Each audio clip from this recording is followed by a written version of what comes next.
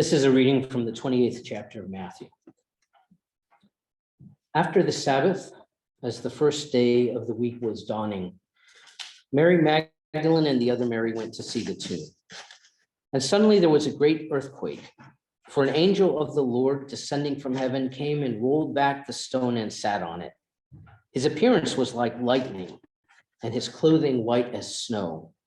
For fear of him, the guards shook and became like dead men. But the angel said to the women, "Do not be afraid. I know that you are looking for Jesus who was crucified. He is not here, for he has been raised, as he said. Come, see the place where he lay. Then go quickly and tell his disciples he has been raised from the dead. And indeed, he is going ahead of you to Galilee. There you will see him. This is my message for you." So they left the tomb quickly with fear and great joy and ran to tell his disciples. Suddenly Jesus met them and said, "Greetings." And they came to him, took hold of his feet and worshiped him. Then Jesus said to them, "Do not be afraid. Go and tell my brothers to go to Galilee. There they will see me."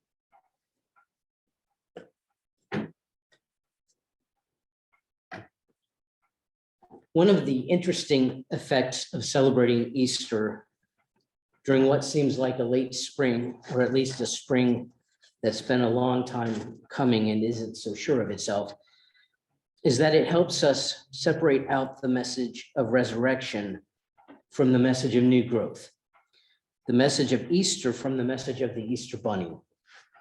The fact that we tend to conflate the two messages isn't the worst thing we could do.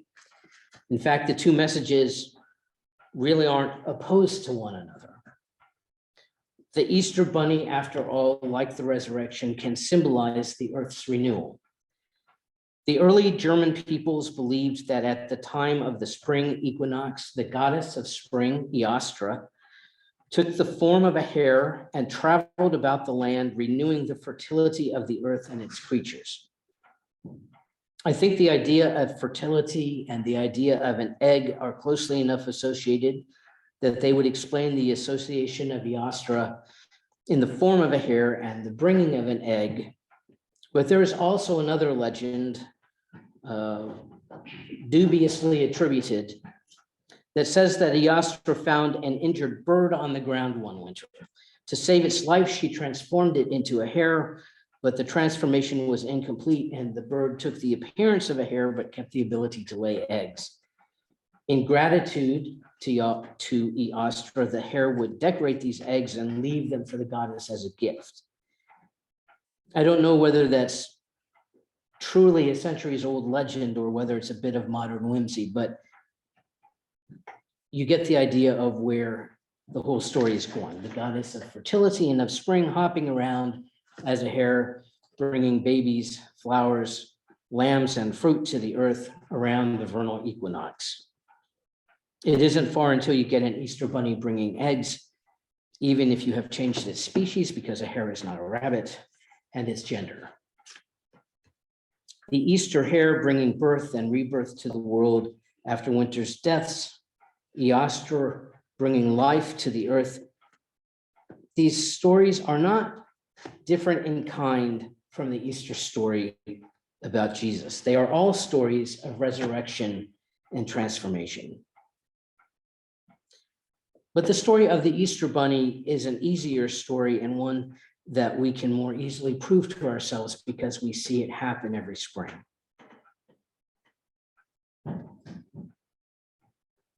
No matter how theologically diverse we may be, the victory of life and growth over cessation and death is something we can all see in the springtime in which we can all celebrate together. If we believe that Jesus was resurrected in body, then we believe in the victory of life over death.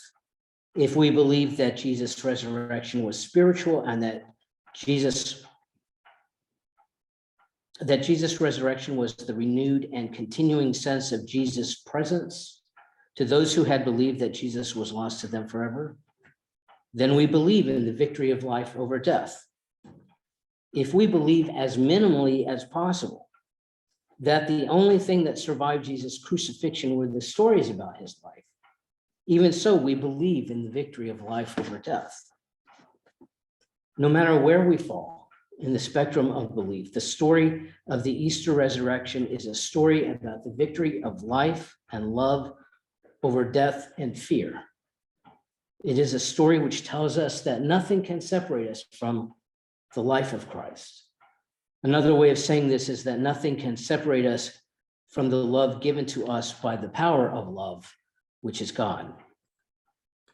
We can start out with this story at a kind of primer level, the way we would if we were learning to read. And that's the Easter Bunny part of the story. That's the part where the branches which look dead start to flower, the gray and withered fields begin to show green, the birds arrive one day out of a southern sky, transform into their mating colors, and begin to build nests. The air gets warmer, and our own spirits become a little more lively. But we can journey beyond the primer level of the story and get a little more complicated, which is where we begin to talk not only about life following death, but about resurrection, life now in what was once dead. That's what's in the Jesus story, which isn't necessarily a part of the Easter story. Not just life, but resurrection. The idea that out of suffering and out of horror, out of illness, out of injustice and abuse, God's transformative power can work for good. This is harder to see than the springtime, but resurrection wouldn't be much of a story if it weren't a promise made to all of us. And if we look hard enough, we can usually find some kind of resurrection story at least once in our lives, or see the story in the life of a friend. One of the most memorable books that I've read about this meaning of Easter is a memoir by the writer Reynolds Price about what happened to his life when he was diagnosed with a cancerous tumor in his spinal cord. The memoir is entitled A Whole New Life, an Illness and a Healing. And it's the story of his illness, his medical treatment, and the gradual realization that the treatments which killed his cancer and saved his life were going to paralyze him from the chest down. He was 51 when the cancer was discovered. By his account, he was a physically active man with an athletic body. He is not that man anymore.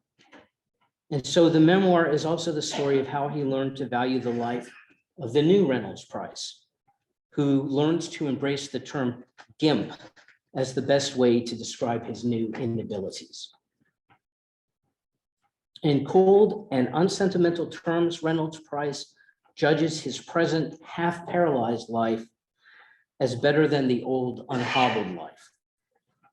This new life, he says, has brought him more patience, more understanding, more love, and more work than he would have had in the old life. The final chapter of the book is the message he hopes he can pass on to anyone in a similar situation, any person facing a life dramatically changed and apparently reduced from the life he or she has known thus far. And in that chapter, Price insists that the only way to deal with such a catastrophe is to accept yourself, the person you've known as you, the life you've claimed as yours, to accept yourself as dead, and to find the next you that you can become. He writes, "Who will you be tomorrow? And who do you propose to be from here to the grave, which may be hours or decades down the road? The kindest thing anyone could have done for me, once I had finished 5 weeks of radiation, would have been to look me square in the eye and say this very clearly. Reynolds Price is dead. Who will you be now? Who can you be, and how can you get there? Double time." Cruel and unusable as it might have sounded in the wake of trauma, he writes, I think its truth would have snagged me deep in me and won my attention eventually, far sooner than I managed to find it myself. Yet to this day, with all the kindnesses done for me, No one has so much as hinted that news in my direction, and I've yet to meet another dazed person who's heard it when it was needed most. Come back to life, whoever you will be. Only you can do it.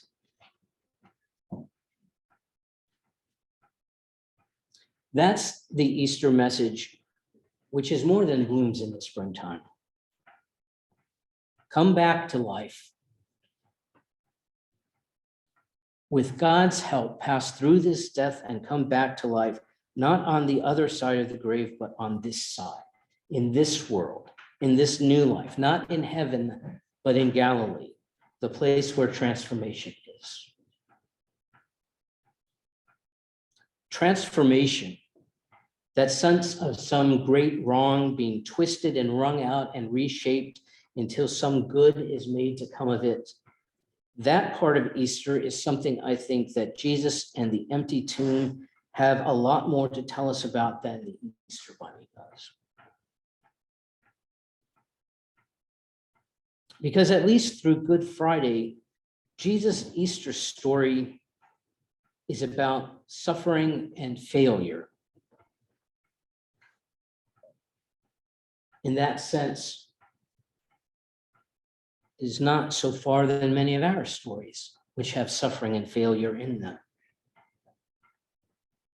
The group Over the Rhine sings, "He's still my favorite loser, falling for the entire human race." And here is God's incarnation, a man whose very purpose was to encourage us to love one another as God loves us. And how does he end up? Like any other rebel fighter, executed by the state in the most humiliating and painful way, with most of those he loved hiding in their locked rooms, and only a scant few women with the courage to stand near enough the cross to witness his pain. Some great victory, some great life of purpose. And then Easter, the empty tomb. Jesus is risen and will meet us in Galilee. It turns our world upside down. At least for me, it does. Mostly because it tells me that whatever I might suffer from my own faults or in an act of giving to another, my suffering is not the end of the story, but maybe the beginning of some other story. And also because the resurrection, Christ's victory over death, tells me that my fear is a lie. My fear of all the consequences of love is a lie.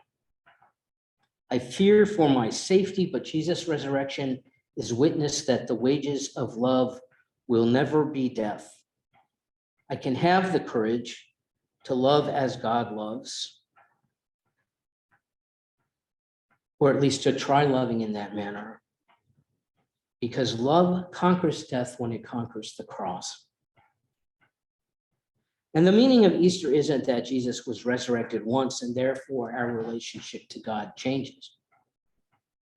The meaning and reality of Easter is that resurrection happens over and over again, that we ourselves have experienced it, and that our task as followers of Jesus' way, of what Jesus said and what we see in Jesus' life, our task as followers of Jesus is to participate in resurrection. Our path is to participate in Jesus' resurrection by loving our neighbors, our enemies, and all God's creation as God loves them, which is to say fearlessly and relentlessly.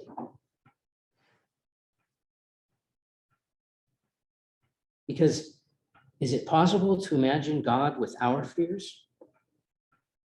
Is it possible to imagine God caging up a refugee, tightening a hood over the head of an angry, terrified man with schizophrenia? buying a dozen semi-automatic weapons for protection, from 9mm handguns to AR-15s with customized gun stocks? Is it possible to imagine God with that level of fear, or using, in particular, using that kind of coercive power? It is not possible to imagine God in that way. Because the God we see in Jesus is powerful through love, conquers the cross through love, not by force or by laws or by wealth. The powerful and even frightening meaning of resurrection, not only in Jesus' time, but in our own, is that resurrection calls me and it calls you to be as forward and unafraid in loving God's world as Jesus was. It means that we always have to ask the question, where and what can I risk on God's behalf? And maybe I can risk anything at all because the tomb is empty.